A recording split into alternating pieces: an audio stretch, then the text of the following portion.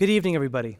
My name is Phil DeLuna. I'm the Chief Carbon Scientist and Head of Engineering at Deep Sky, which is a carbon removals project developer. I am so honored to be sharing the stage today with incredible co-speakers and panelists who are inspiring us with their stories of how electrification can change our world, improve our climate, and make this economy more robust and resilient. But there's a big gap still. There are large sectors and parts of our economy that are difficult or even impossible to electrify today. Steel, cement production, aviation fuel, fertilizers. These are things that we do not yet have the technology to fully address with electrification. So what do we do with them? We don't yet have batteries that can carry people across the Atlantic in a plane, maybe one day, but not today. Emissions that come from cement, the world's largest man-made material by volume, actually occur from the curing of the cement, from the chemical reaction as it hardens, not from burning fossil fuels in order to produce it. And so if we have increasing populations and the increasing cost of living and we need to build more housing for people, the concrete, that cement, that actually creates CO2 emissions. So what do? How do we electrify the unelectrifiable? That's what I'll talk to you about today. But first, to set the context on the stage, we all know climate change is really bad.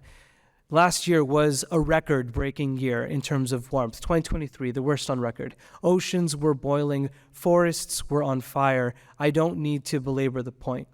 But there's something even scarier that we often don't talk about when it comes to climate, and that's the delay, the time lag between temperature rise and emission. To explain this, I will liken it to a global pandemic, both of which global crises that have the potential to completely halt our economies, both of which know no borders. A CO2 molecule that gets emitted around the world, we feel that impact here. A virus that starts across the globe, we feel that impact here if it spreads. Both have lagging indicators. Just as death is a lagging indicator of infection, temperature rise is a lagging indicator of emission. The only difference is one happens in 2 weeks, the other can take 10 to 50 years. 10 to 50 years.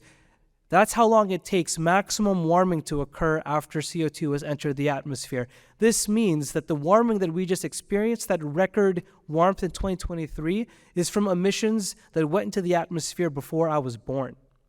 That also means that if we stop emitting everything today, turn the taps off, shut it off, we still have 10 to 50 years of baked-in pipeline warming to come. And so I want to talk about the net in net zero, and I'll give you my patented 5-point plan to save the world.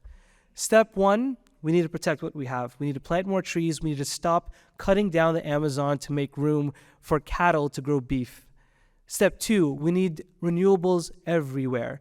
And already, renewable production in terms of energy is about 30% of global production.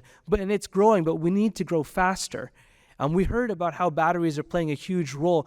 What do we do when the sun does not shine or the wind does not blow? We need long-term energy storage, not just from the hour to hour, but the day-to-day, the week-to-week, the season-to-season, in order for us to really fully take advantage of those renewables.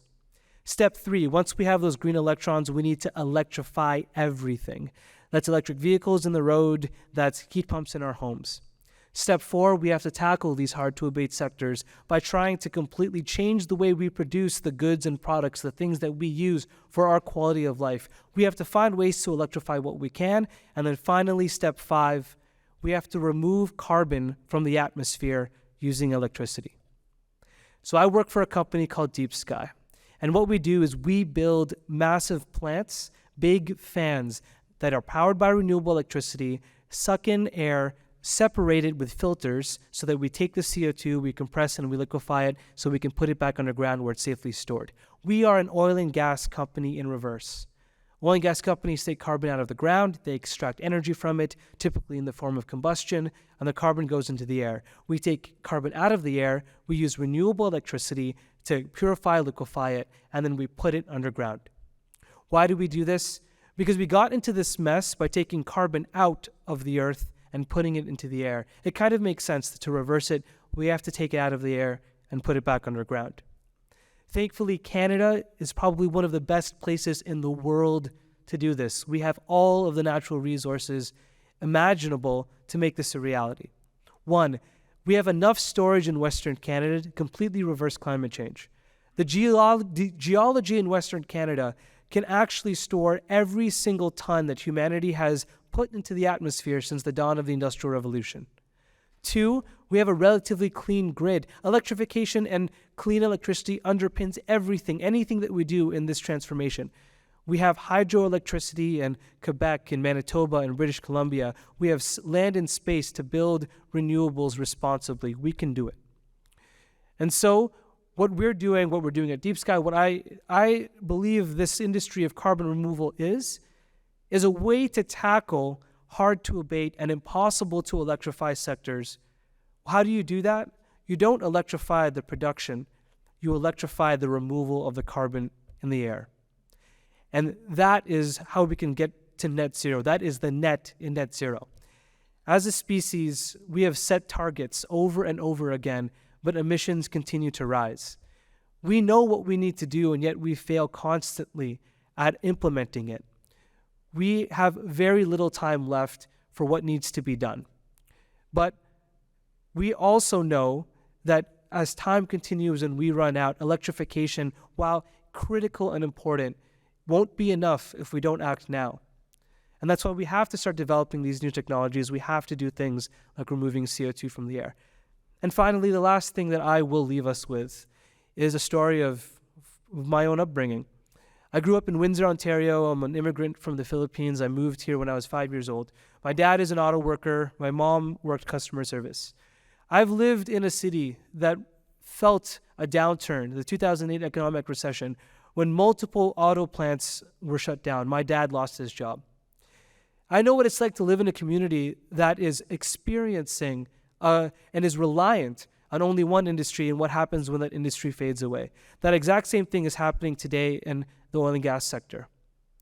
What better way to repurpose the skills of taking carbon out from underground, but then by reversing it to clean up the mess that we're in? Thank you.